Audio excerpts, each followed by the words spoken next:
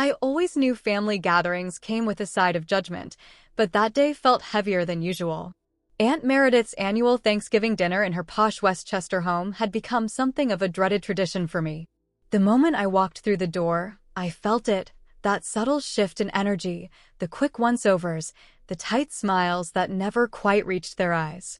The living room buzzed with muffled conversations, clinking glasses, and fake smiles. My cousin Ethan, fresh from his Wall Street promotion, held court near the fireplace, gesturing with his whiskey glass as he described his latest deal. Uncle Robert nodded approvingly, occasionally glancing at me with what I could only describe as pity mixed with confusion. I grabbed a paper plate from the dining table and filled it with small portions, just enough to appear engaged, but not enough to keep me in one place too long. The food looked amazing, as always. Aunt Meredith's famous turkey, Grandma's secret recipe cranberry sauce, and all the fixings that made these gatherings at least culinarily worthwhile. But food wasn't the problem. "Jamie, there you are," my mother's voice carried across the room as she approached with her sister, Aunt Caroline, in tow. "We were just talking about you." Of course they were. I forced a smile. "All good things, I hope?" "Caroline was just asking about your work situation," Mom said, emphasizing the word work like it was a hypothetical concept when applied to my life. "So, how's the art thing going?" Aunt Caroline asked, her head tilted slightly, voice dripping with the same tone one might use to ask a child about their finger painting. "It's going well, actually. I just finished a new series, and that's nice, dear," she interrupted, patting my arm. "You know, Linda's daughter just got promoted at JP Morgan. Benefits, retirement plan, the works." And there it was, the comparison. The subtle reminder that I was the family disappointment, the girl who had left her promising marketing job at a prestigious New York agency to paint canvases and chase startup dreams. An impractical dreamer in a family of pragmatists. I nodded politely and excused myself to the kitchen, needing a moment away from the weight of their expectations. The granite countertops were covered with half-empty serving dishes and desserts waiting their turn. I leaned against the sink, taking a deep breath. They didn't understand the endless nights I spent planning, painting, marketing, and yes, sometimes failing. My tiny Brooklyn apartment that doubled as a studio, the smell of oil paints and turpentine permanently embedded in the walls. The way I'd wake up at 5 a.m. to paint before handling the business side of things until well past midnight. To them, struggle meant failure. And because I wasn't flaunting luxury like Ethan with his Rolex and weekend trips to the Hamptons, they assumed I was barely making it. I had gotten used to the silence, the way they looked past me, talked over me, discussed my life choices as if I weren't standing right there. "There's still room in my department, you know," my brother Michael said, appearing next to me with an empty beer bottle. He worked in finance, like practically everyone else in the family. Entry-level position opened up. Not much, but it's a foot in the door.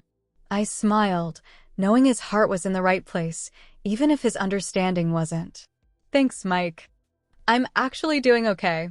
Mom worries, that's all," he said, opening the fridge. "We all do." I wanted to tell him about the gallery in Chelsea that had just agreed to feature my work. About the investors who had taken meetings with me. About the platform I was building that was gaining traction among independent artists across the East Coast. But I knew what would follow: the polite nods, the "that's nice," but responses, the well-meaning advice about real careers. So I said nothing. Back in the dining room, I found myself cornered by Aunt Meredith. She leaned in close, her perfume almost suffocating, and whispered, "Maybe you should think of something more stable. Art is a beautiful hobby, but there comes a time when you have to grow up." I smiled politely, as always, but inside, I was screaming. They had no idea. They didn't see the back-end deals, the gallery shows that kept me solvent, the months of scraping by just to make one big leap. They didn't know I'd been working on something that would change everything, including how they looked at me. As dinner wrapped up and folks moved to the living room for coffee and dessert, I sat quietly in the corner, picking at a slice of pumpkin pie. My cousin Jessica, the only one who ever really got me, slid into the chair beside me. They're relentless, aren't they? She whispered, nodding toward our family. They mean well, I said automatically, the response I'd conditioned myself to give. Bull, Jessica replied, making me laugh despite myself. You know what I think? I think they're scared. Of what? Of you, she said simply. Of the fact that you had the guts to walk away from what was safe. To try something different. Most of them have been doing the same thing for so long they've forgotten what it's like to take a risk. I looked around the room at my family, successful by conventional standards, comfortable in their certainty. Maybe Jessica was right. Maybe beneath the judgment was a hint of something else. Fear. Or even envy. It didn't make their words hurt any less, but it helped me sit straighter as Uncle Robert launched into his annual lecture about solid investments and building for the future. My future was taking shape, just not in ways they could recognize. Not yet, anyway. As I helped clear the dessert plates, my grandmother, the oldest and often the wisest person in the room, caught my eye from her armchair by the window. Come sit with me a minute, she called softly.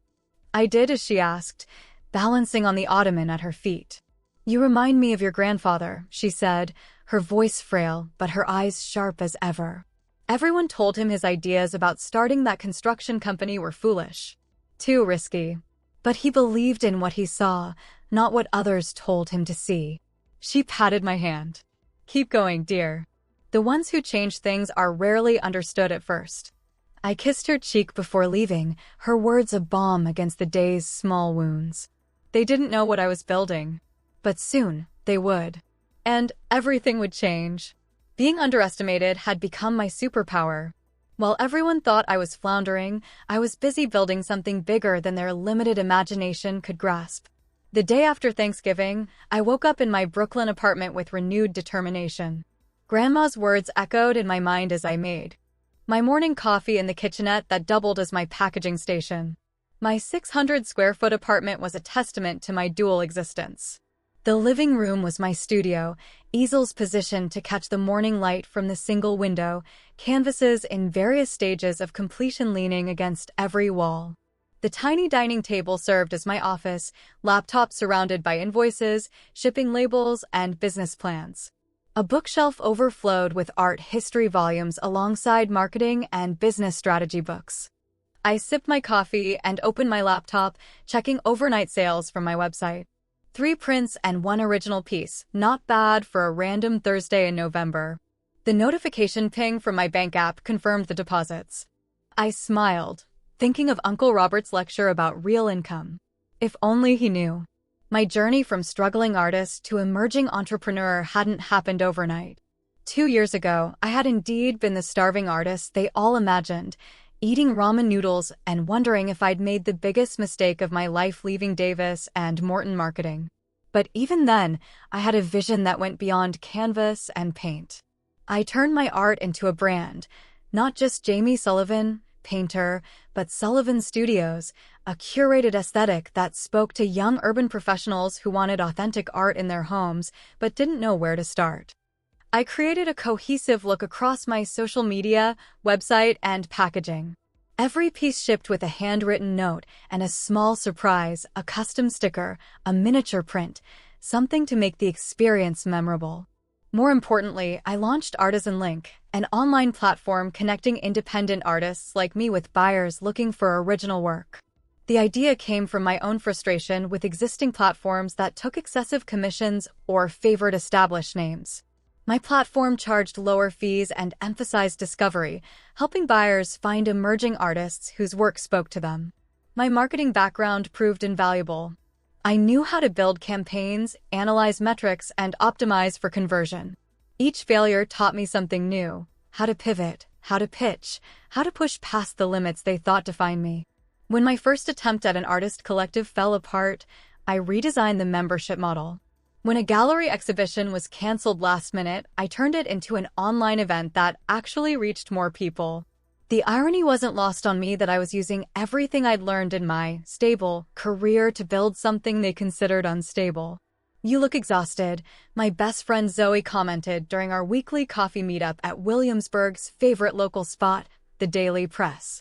Are you sleeping at all? I stirred my latte absently. A few hours. The Boston pop-up is next weekend, and I'm still finishing the last two pieces. And the platform? We're up to 87 artists now. Monthly sales increased 22% from October. I couldn't hide my smile. The new commission structure is working. Zoe shook her head. And your family still thinks you're struggling? They think I'm delusional, I laughed. It's almost easier that way. No expectations. But the truth was, I wasn't just painting anymore. I was curating, selling, and scaling. My small studio apartment was both office and warehouse. Bubble wrap covered the floor, and invoices were taped next to affirmations on the fridge. I worked 12-hour days and then some. I studied digital marketing strategies at night and sent thank you notes to every client who bought even the smallest print. I'd quietly secured 2 angel investors, Maria Chin, a former tech executive who collected my Coastal series, and Tom Whitaker, a retired professor who believed in Artisan Link's mission. Their initial investment allowed me to hire a part-time developer to improve the platform's interface and add features artists had requested. The bubble of endless work occasionally burst with moments of doubt. Late nights when I'd stare at my dwindling savings, wondering if I should call Michael about that entry-level position. Mornings when I'd wake up with such anxiety about the month's targets that I could barely breathe. But each time, I'd pick up a brush or open my laptop and keep going. Spring brought a small showcase at a gallery in Chelsea, not as a featured artist, but part of a group exhibition. Still, it was Chelsea. I sold 2 pieces opening night and made connections with collectors who later commissioned work. The gallery owner, Diane Evans, became something of a mentor, offering blunt feedback on both my art and my business model. Your work has evolved, she told me over wine after closing one evening. But more importantly, so has your understanding of the market. Most artists never grasp that part. Summer brought the first major test for Artisan Link, a surge in traffic after we were mentioned in an article about alternatives to mainstream art marketplaces. The site crashed briefly, sending me into a panic and resulting in an emergency call with my developer. We worked through the night to get it back online and strengthen the infrastructure. By morning, I was exhausted but proud. Growing pains were still growth. The tipping point came in September when Ella Rodriguez, an interior designer with over 2 million followers, bought one of my abstract landscapes for a client's Manhattan penthouse. She posted the installation process, tagging me and Artisan Link. Overnight, my online store blew up. My phone pinged constantly with notifications, new orders, new followers, messages asking about commissions. Within weeks, I was selling out collections and had a waiting list for original pieces. The prices I could command doubled, then tripled. Artisan Link traffic increased by 400%, with new artists applying to join daily. I had to hire 2 assistants, art students who worked part-time helping with shipping and customer service, just to keep up. By October, I'd moved operations out of my apartment and into a small commercial space in Bushwick. It wasn't fancy, concrete floors and exposed pipes, but it was mine. Space to paint larger pieces, to store inventory properly, to host the occasional client without apologizing for the paint splatter on everything. You should be proud, Maria said when she visited the new studio. This is real traction. I was proud, but I was also strategic. I didn't blast my success across social media. I didn't call my family with updates. I let the work speak for itself, building slowly and sustainably. The platform for artists was gaining significant traction too. We were featured in several design blogs, and 3 galleries had reached out about partnership opportunities. Then media started calling, small industry publications at first, asking about Artisan Link's model and growth. I did those interviews happily but stayed modest in my projections. I wanted my work to speak louder than words, especially at that family dinner I knew was coming at Christmas. Every night before bed, I'd look at the vision board above my desk, magazine covers, gallery exhibitions, financial goals. Some were already crossed off. Others still waited.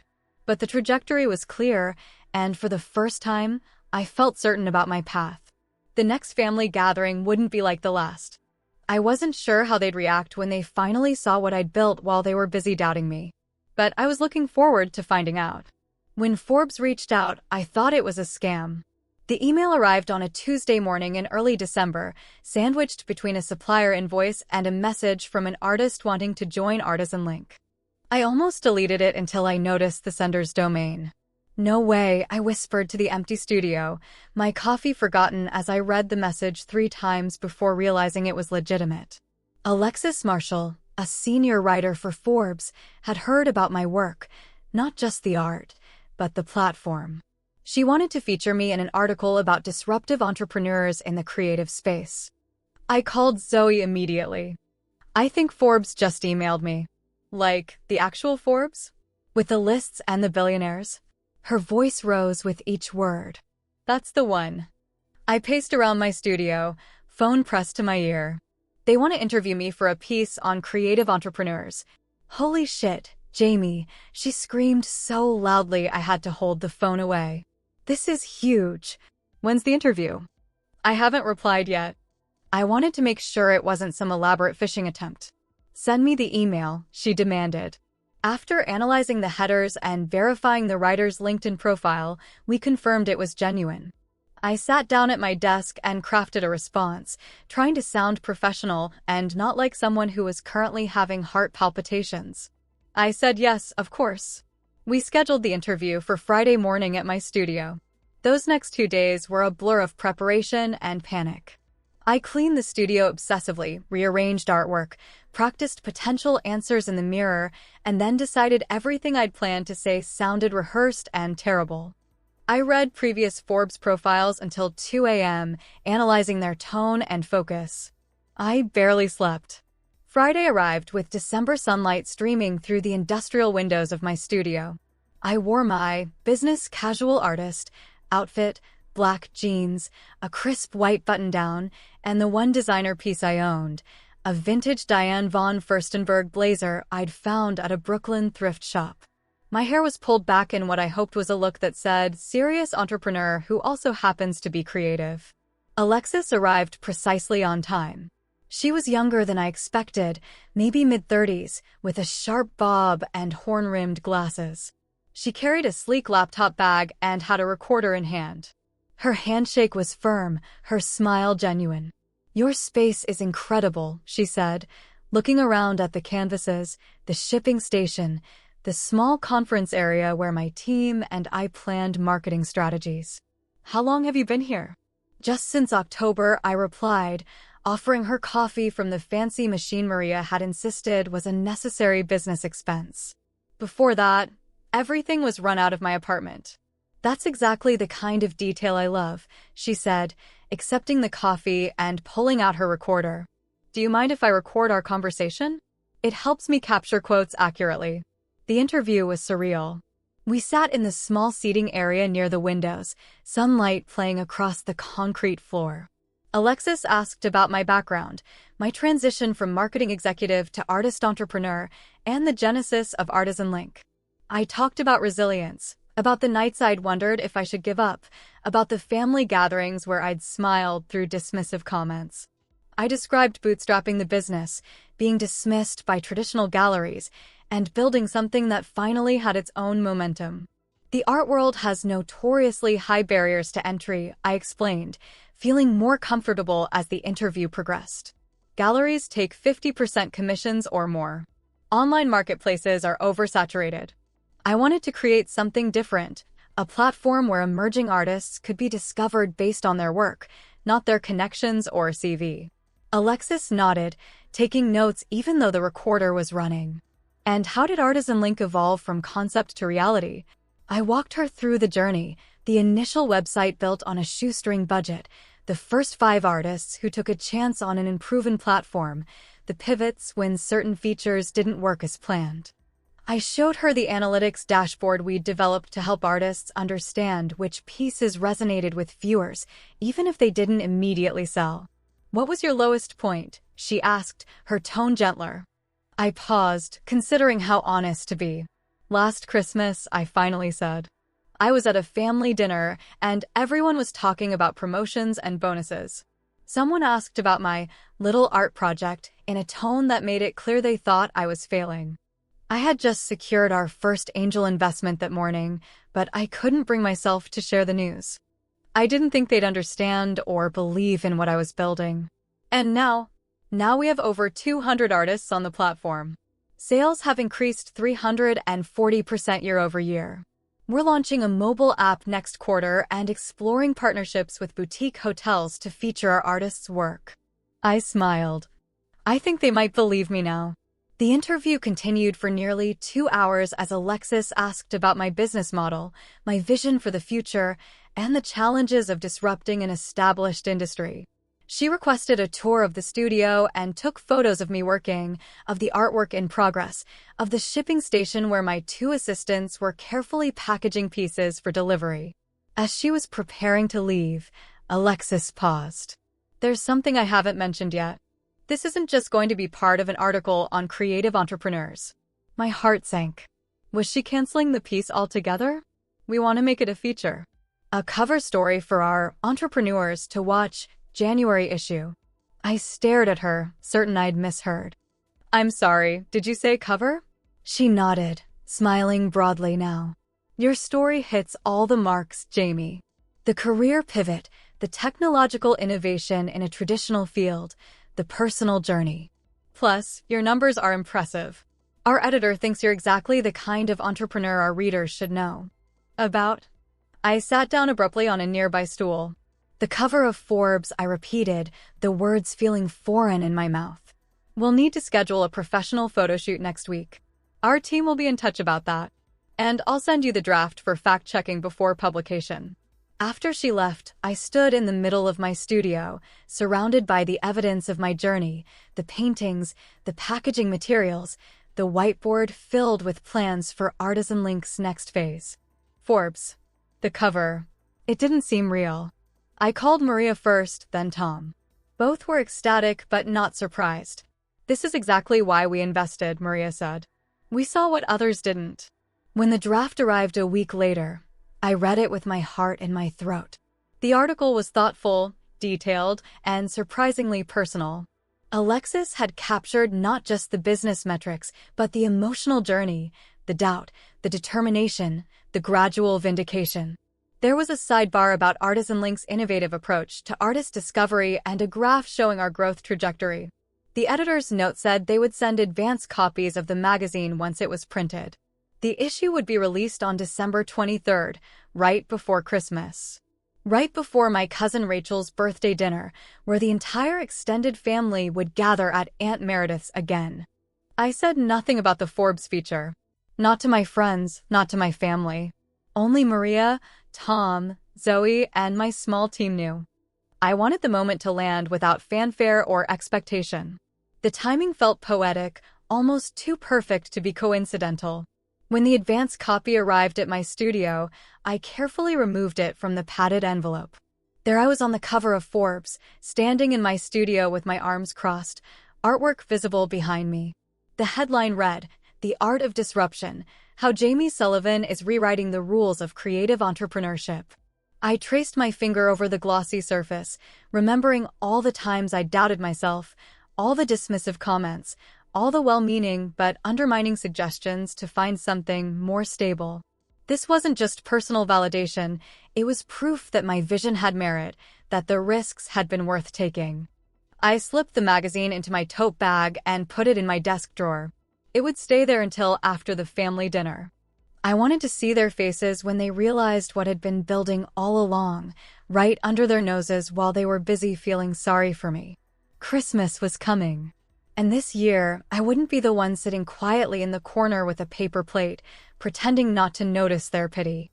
This year would be different. This year, everything would change.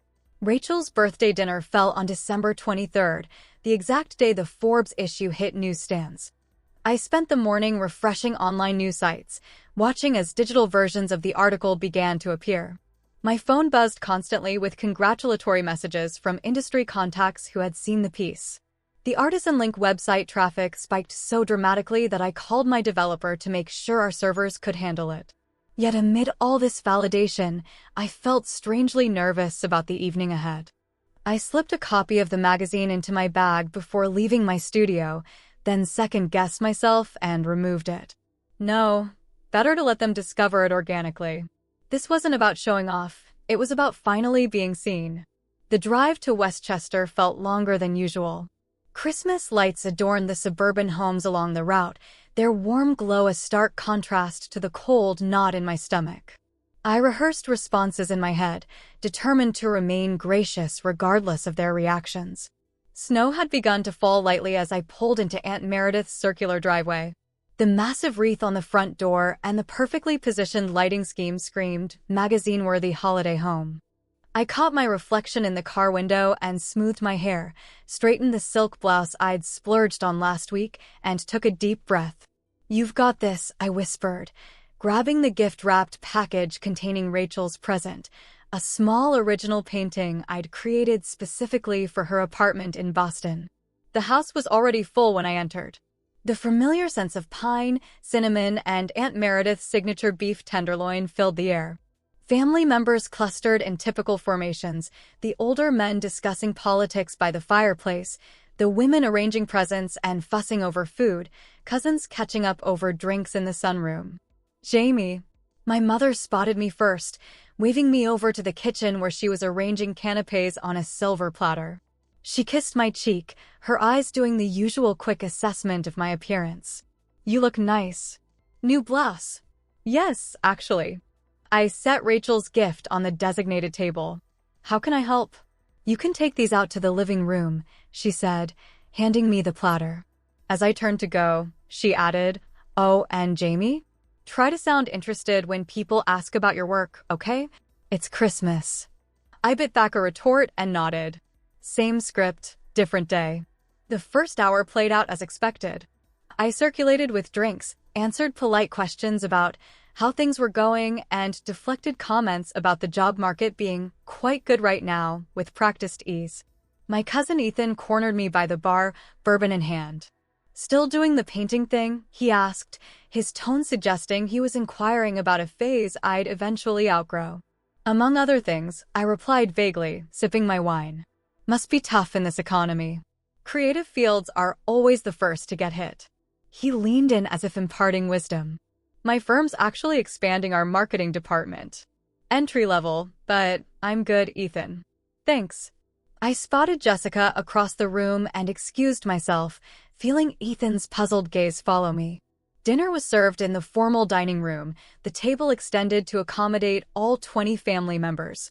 Crystal glasses sparkled under the chandelier, name cards positioned at each setting.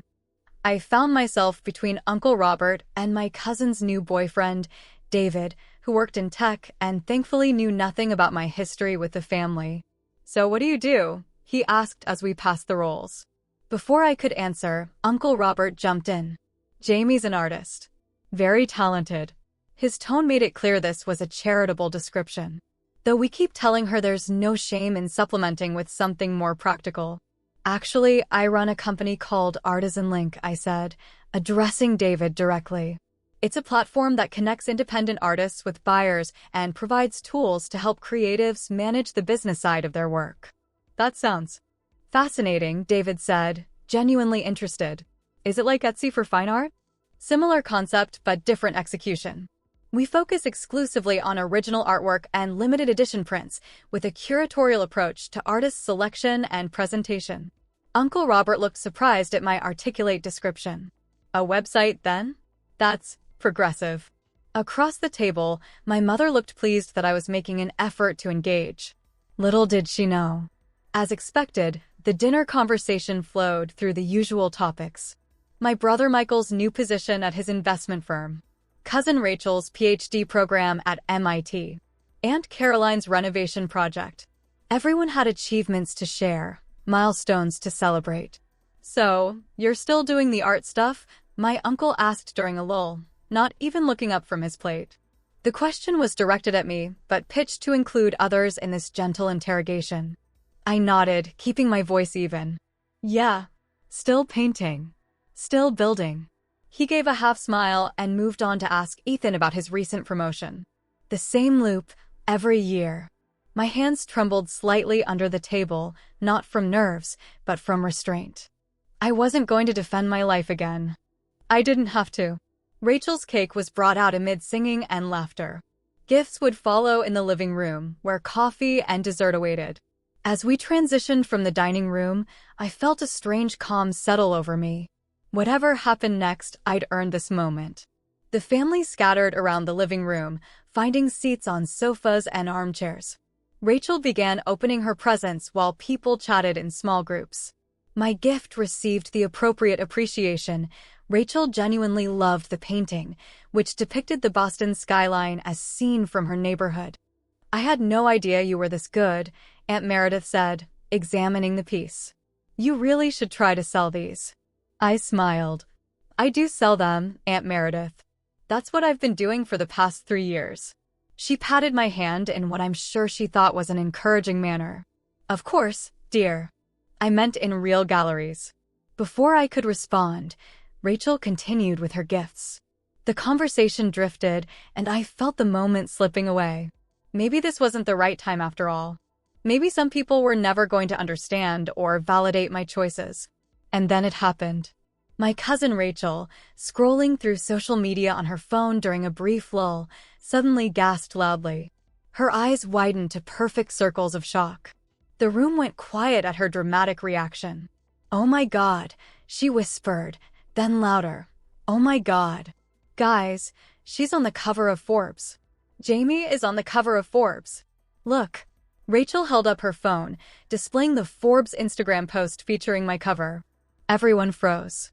Forks stopped midair. Conversations halted abruptly. 24 eyes turned toward me in disbelief. The silence cracked open and gave way to gasps, questions, and stares that suddenly weren't full of pity, but awe. "Is this real?" my brother asked, taking Rachel's phone to examine it more closely. "The January issue came out today," I said simply. "But, Forbes?" My mother's voice was faint. "The Forbes?" Uncle Robert had gone completely still, his coffee cup suspended halfway to his lips. The room erupted in a cacophony of questions and exclamations. Someone pulled up the article on their phone and began reading snippets aloud about Artisan Link's innovative approach, about our 340% growth, about the angel investors and upcoming partnerships. My quiet success, suddenly not so quiet anymore. Aunt Meredith looked as though she might faint. "Why didn't you say anything?" she demanded, though her tone lacked its usual authority.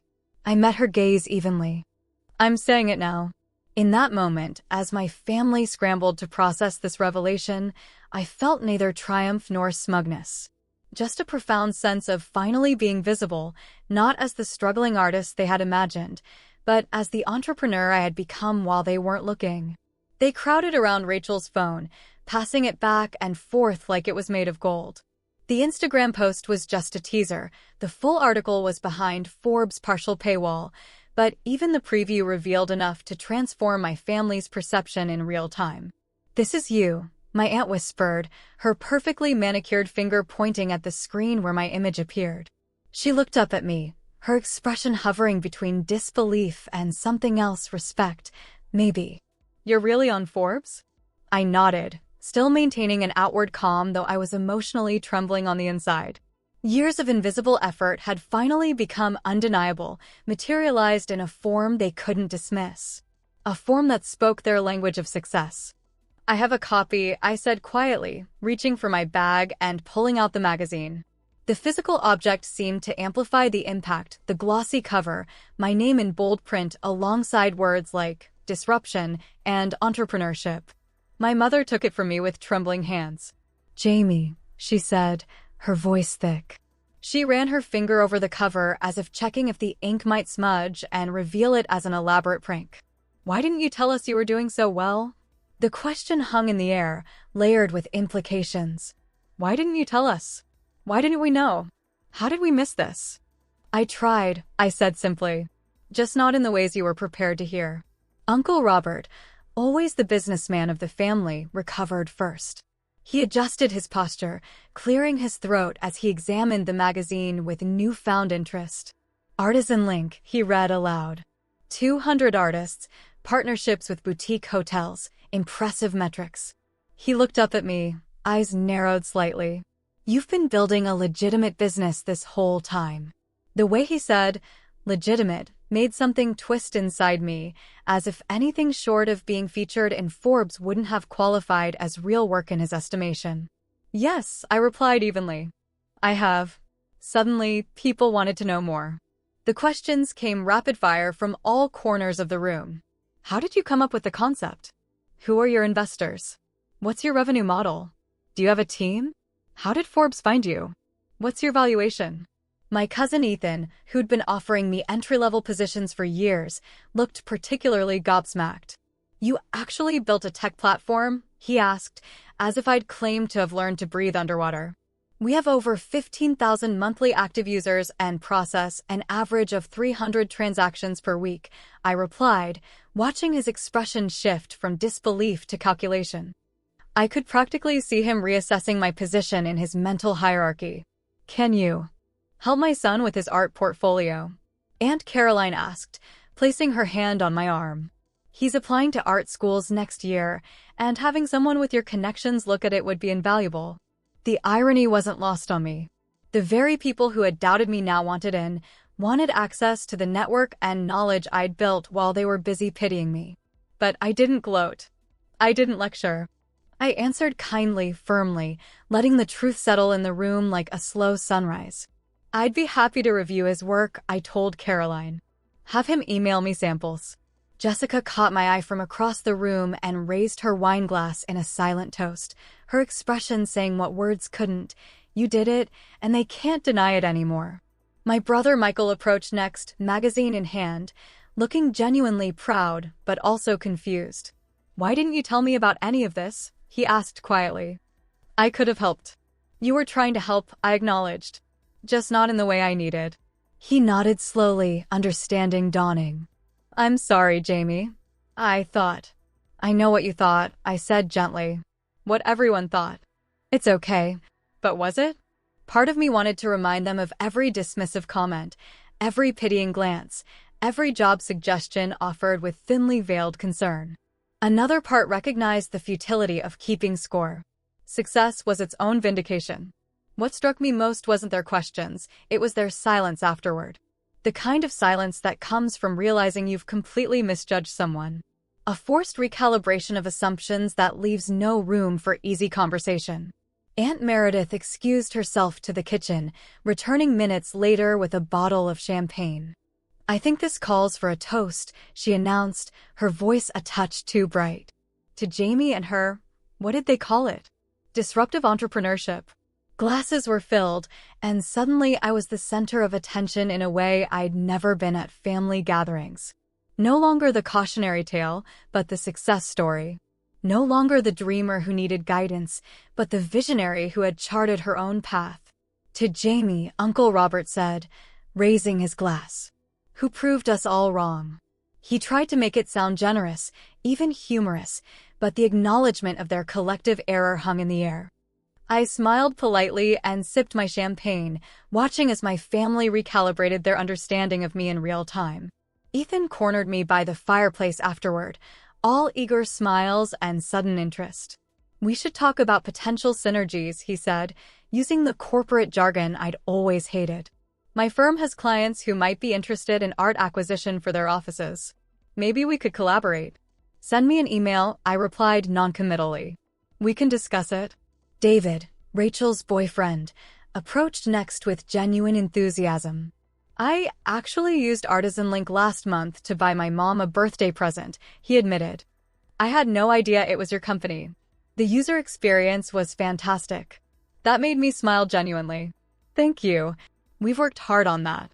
Throughout the evening, I watched my relatives' behavior shift subtly. My mother stood taller when introducing me to a neighbor who stopped by. Aunt Caroline mentioned my thriving business to someone on the phone. Uncle Robert referenced my niece, the entrepreneur, in a conversation about the economy. A few of them hugged me tighter when saying goodbye. My grandmother held my face between her papery hands and whispered, "He would have been so proud," referring to my grandfather. That was the moment that nearly broke my composure, the one acknowledgement that felt purely supportive, without the undercurrent of reassessment. Others avoided eye contact, perhaps embarrassed by their previous dismissiveness. And that was okay. I didn't need their validation anymore. But seeing their perception shift in real time, that was something I'd never forget. As the evening wound down, I found myself alone in the kitchen with my mother. She was wrapping leftovers in foil, her movements mechanical, her mind clearly elsewhere. "I wish you had told me," she said finally, not looking up from her task. "About all of this. How big it had become. Would you have understood?" I asked gently. "Or would you have worried more?" She sighed, setting down the serving spoon. "I always thought art was your rebellion. Your way of rejecting everything your father and I tried to build for you. I didn't realize you were building something of your own." I said. "I am." She nodded, meeting my eyes at last. "I see that now." She hesitated. "I'm proud of you, Jamie. I always have been, even when I didn't understand your choices. But I'm sorry that you didn't feel you could share this journey with us." The apology was unexpected, a crack in the facade of family dynamics that had remained unchanged for years. I wasn't sure how to respond. Part of me wanted to brush it off, to say it didn't matter. But it did. "Thank you," I said instead. "That means a lot." As I drove home that night, the snow falling softly on the highway, I felt lighter somehow. Not because I'd proven them wrong, though there was undeniable satisfaction in that, but because I'd proven myself right.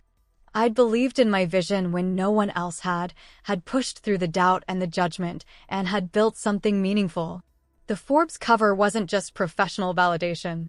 It was permission to finally inhabit my success without apology or explanation. To be seen not as I once was, but as I had become. And no matter how my family adjusted to this new reality, I knew I would never go back to being invisible. The night ended like so many others, everyone retreating to their cars with leftovers and hugs, but everything had changed. I walked out of that house not just as the same woman they used to dismiss, but as someone they now had to respect. The weight of their expectations, which had pressed against my shoulders for years, seemed to lift with each step toward my car. Early the next morning, Christmas Eve, I stood in my studio, surveying the space that had witnessed my transformation. The December sun cast long shadows across the concrete floor, illuminating the canvases in progress and the whiteboard filled with next quarter's goals. My phone hadn't stopped buzzing since the article went live. Email notifications stacked up, interview requests, partnership proposals, congratulatory messages from artists on the platform. "Quite the Christmas present you got yourself," Zoe said, appearing at the studio door with coffee and pastries. She'd insisted on coming over, claiming it was to celebrate, but I recognized the concern in her eyes. She'd been there for the lowest moments, had watched me doubt myself, cry over rejections, question everything. "It doesn't feel real yet," I admitted, accepting the coffee gratefully. "The Forbes thing, or the family finally getting it?" "Both." I sank onto the worn leather couch where I sometimes crashed when working late. "You should have seen their faces, Zoe. It was like watching people discover the earth isn't flat." She laughed, settling beside me. I would have paid good money to see Uncle Finance Guy's expression. "It wasn't about revenge," I said, though part of me had certainly enjoyed the shock value. "I didn't chase that moment to prove them wrong." "Didn't you, though?" "A little bit." Her raised eyebrow challenged me.